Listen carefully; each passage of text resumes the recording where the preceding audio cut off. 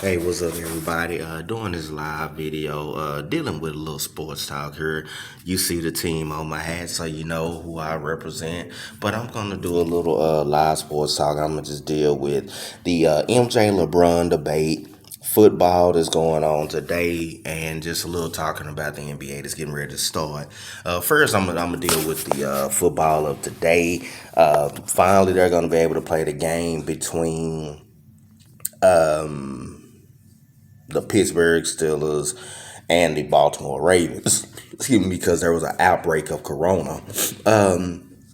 I feel like this. I mean, I love football. I'm a diehard fan, but I sort of feel like they may have to eventually come to the point that they may have to make a decision about how long they're going to keep the season going. Because right now, they haven't had many outbreaks like this. They had one earlier in the season with Tennessee. But what's going to happen if this outbreak happens during the playoffs? It's going to really hurt the product. It's going to make it hard and very difficult for the season to even come to an end. So I do believe, though, like they were saying, they should go into a bubble when the playoffs start. So that bubble they get set up and get started will help them to be able to finish the season. College football has some of the effects too. This is one of those things. Like I said, I love football. I love the sport, but unfortunately, I sort of feel like they may have to, do something about this. Now, as far as fantasy football goes, a lot of people are sort of wondering who to play. I would encourage anyone play the Pittsburgh Steelers defense, and the reason I say that basically because there are multiple players on offense missing from Baltimore due to the coronavirus, and these are key starters. And then also, I would also encourage people, if you did play, I would encourage you to play the starting running back from Baltimore because he's going to get a lot of touches because it's only two running backs. So I would encourage that. And then also, of course, play Big Ben because there's a lot of defensive players that are missing due to Corona. So I believe Pittsburgh's offense is going to have a field day in this game. But like I say, I also do believe that you're going to have a good game because, it is a rivalry. And being a rivalry game, you never know what's going to happen. Now, transitioning from football to another subject that I've noticed is a heated, debated subject. But in actual fact, let me deal with the start of basketball season. Then I get to that. The NBA season is going to be starting here shortly. It's going to be starting December 22nd. The Mavericks actually have a Christmas Day night game. They will be playing the matinee game. They're going to be playing against the Lakers. And Luka Doncic says that the Mavericks are a big threat to the Lakers. And Luka Doncic is somewhat right. I've always said this, and I continue to say this. One thing that the Lakers did possess that they have lost, they don't really have the size they once had because all three of their 7-footers are gone from last year. And a lot of people thought nothing of, too, because Howard and JaVale McGee. A lot of people thought nothing of JaVale McGee and Howard, but they fit what the Lakers did perfectly well because they were long 7-footers that could block shots, defend at the rim, and rebound. You know, everyone doesn't have to score in basketball. Everyone doesn't have to put up 30 points. You have people that know their role, play their role, and do what they're supposed to do. And in that scenario, those people can really help a lot. So, personally, I feel like the Lakers have lost a lot more than they've gained. But the question is, will the Mavericks be able to take advantage of that? And as I always say, the Mavericks' one problem, which is they are still getting beat on the glass. They really have to fix that. But maybe they got it fixed. They still have Willie Cauley-Stein. They had a return of their other big man, so maybe that got it fixed. But KP is going to miss some time because I believe he had knee surgery in the offseason, so he's going to miss a little time. But when Porzingis gets back, they're going to be that great 1-2 punch. So it's going to be a possibility that the Mavericks can really give a push and they can get a deep run into the playoffs. Transitioning to the let me see how I would like to put it. The big debate, I guess, is what you want to call it. The big debate. I'm in a lot of groups on Facebook, and the big debate in basketball always is about LeBron versus MJ. As far as who's the greatest of all time. Like I say, I'm a Jordan guy, but here's the one issue that I really have when it comes down to this debate. Just like I said to a friend of mine, one of the things that I hate more than anything about this debate is simply number one, when it comes down to the debate. I don't like LeBron fans the way they always try to pick and find things that's not even basketball related to try to place him above Jordan based on. Uh, Excuse me, don't get me wrong. LeBron does a lot for the community. He does a lot to help people out, and those are great things. Those are great things that he do. Those are great attributes that he has. Because let's be honest, a lot of people, have money and don't even use their platform to help. So I give him kudos for that. But many of LeBron's fans, they always use what he do off the court to try to elevate him on the court.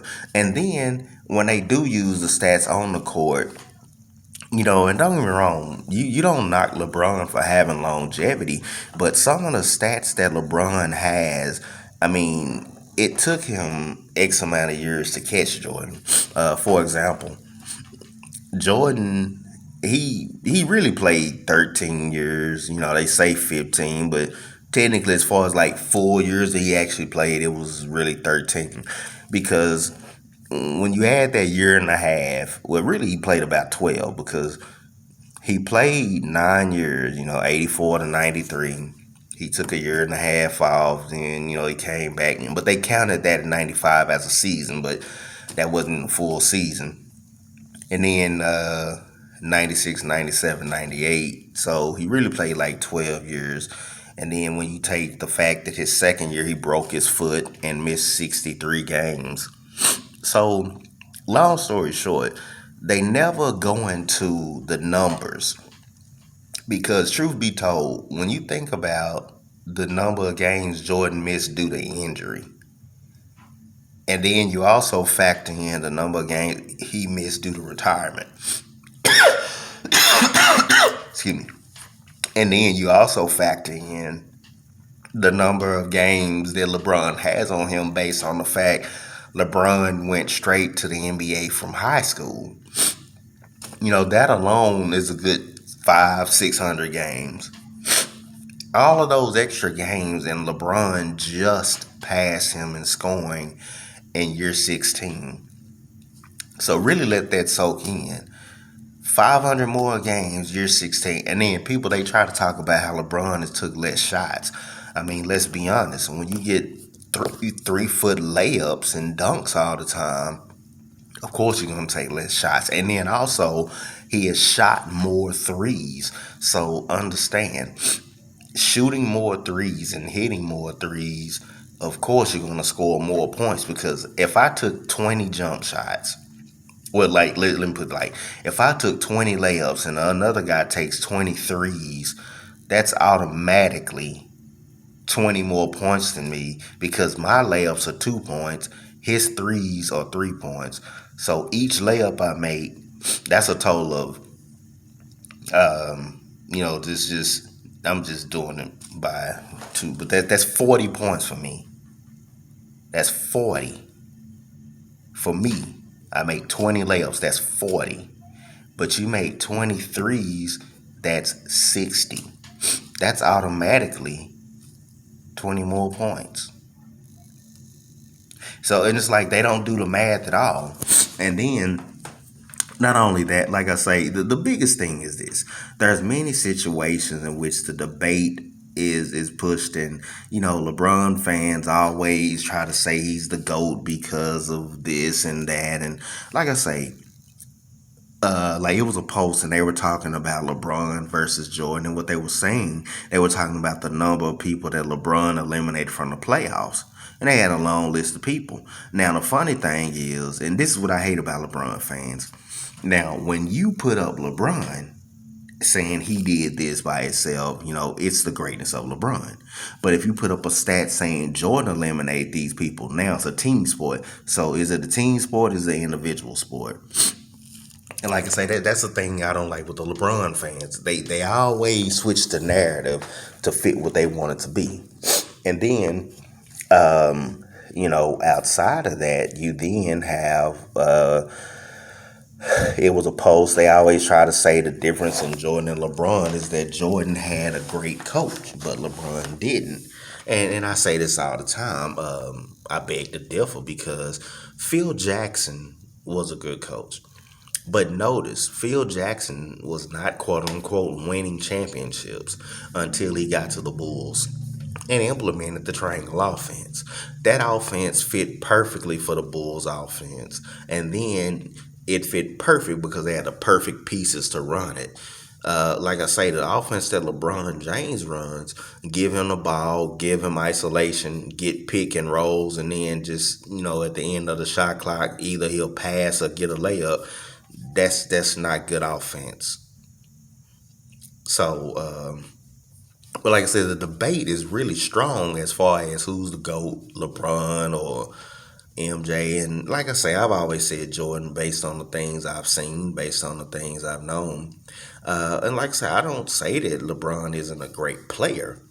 But the thing is, many people take LeBron and they always try to place him on a pedestal that he doesn't belong on. And what I'm saying by that, many LeBron fans, they always try to make it like he's better than Jordan by a country mile. And I'm like, no, because and one thing with Jordan, he came into a league that was dominated by 7-foot big men. It was dominated by post play.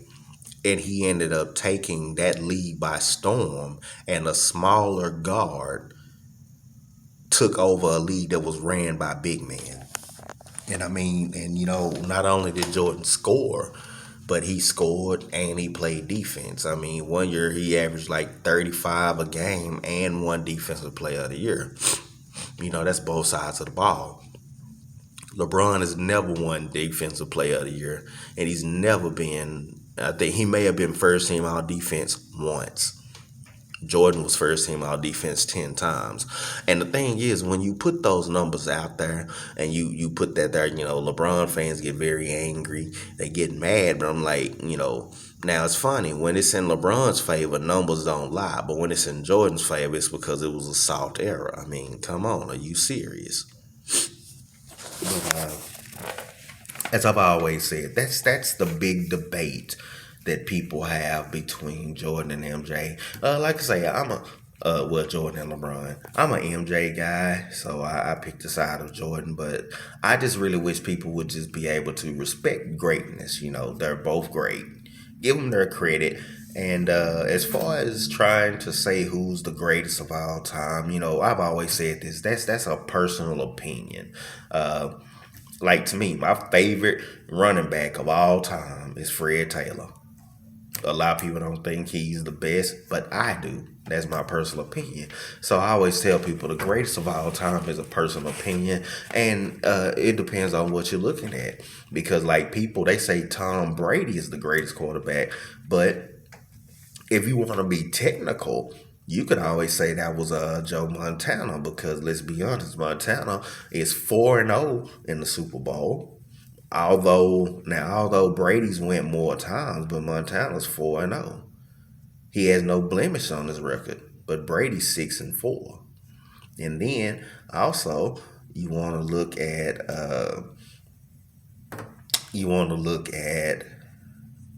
also if you want to be technical, as far as the number of interceptions, Brady's thrown a few.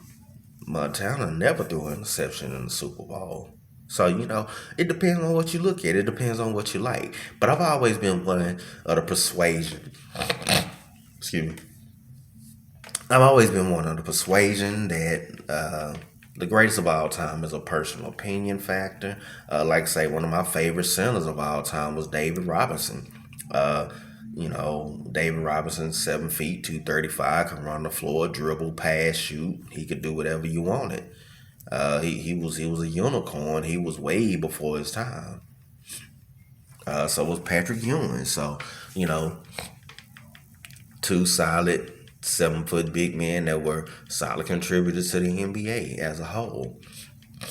But in that debate, like I said, that's the great debate, and it's just it's a debate that you hear about in all of the barber shops. Everywhere you go, you're gonna hear that debate because that's just just to be honest, that's the big debate that everybody puts their 2 cents in on. But I just say, in regard to the debate, and I just say this just based off some of the things that I see. There's nothing wrong with debating, but be respectful about it. That's what I'd ask anybody. Be respectful about your debate. I mean, you can like who you like, but trying to curse grown men out, don't do that. And now digressing, dealing with again back to the NFL, there were some firings that took place. Detroit finally fired their head coach and their GM. I feel like the coach that they fired in the first place should have never been fired. But this is another form, like when I talk about racism in sports, because I don't care what nobody says. Jim Caldwell was 35-28. The losing seasons he had wasn't really losing seasons, because I mean, they just didn't make the playoffs, but he was 9-7 twice. That's not really a losing season. With the Detroit, they were 9-7. That's good.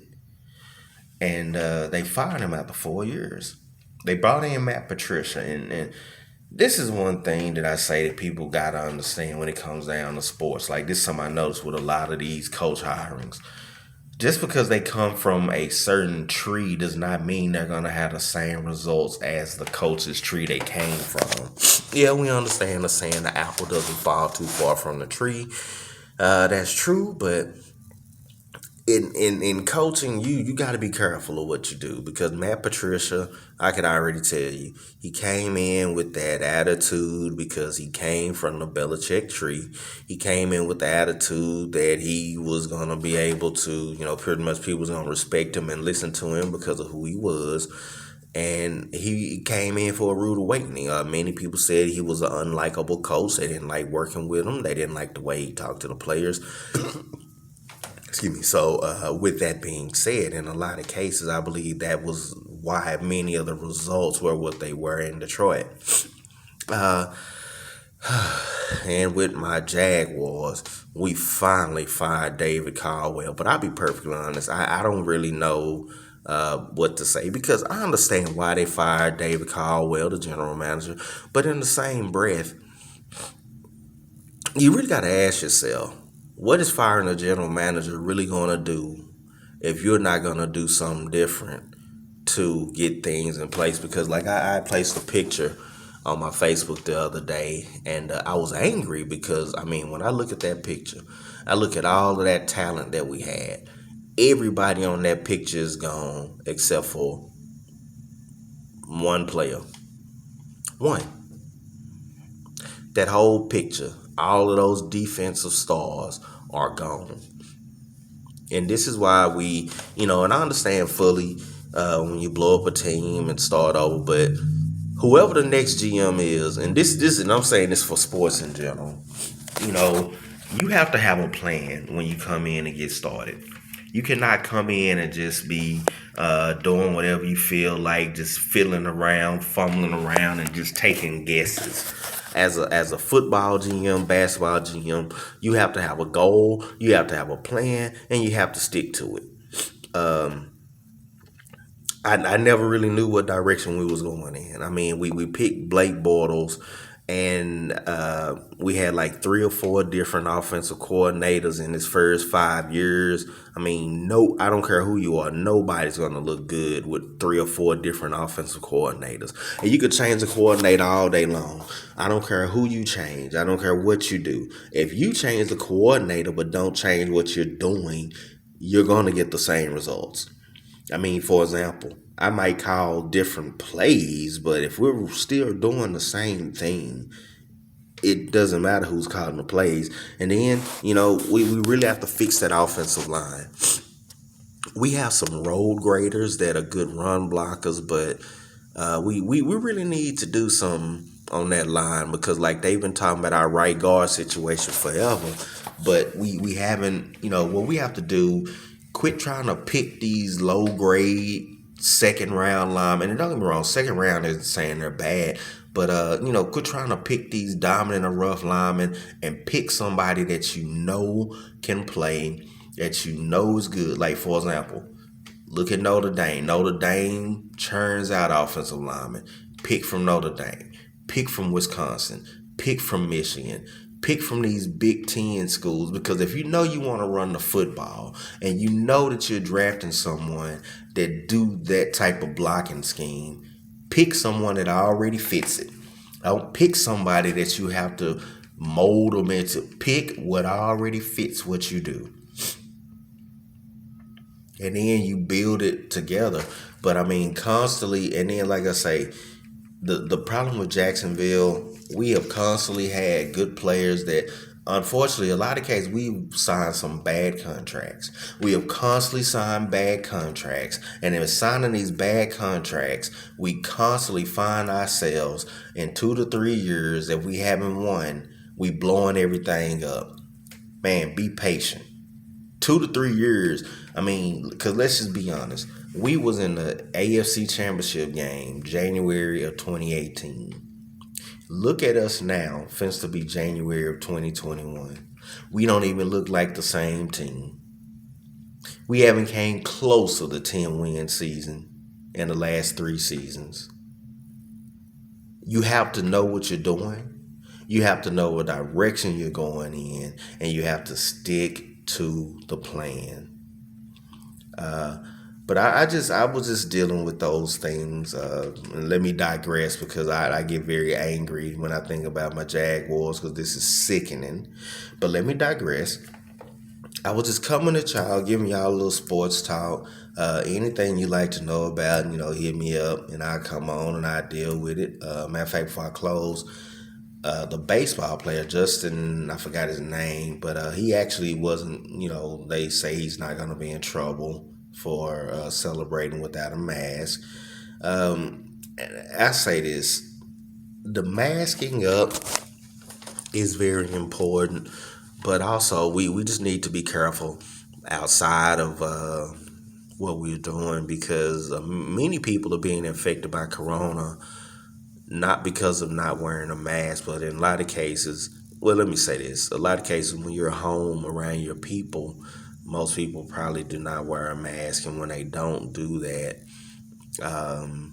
you never know who's infected. So most definitely, man, we got to be careful. We got to stay prayed up, and we got to really hope that this virus gets under control. We get some form of normalcy back, and we're back in the saddle again. But thank y'all for watching. Sports segment here. Doing a little Bible talk in just a moment. So thank y'all for watching.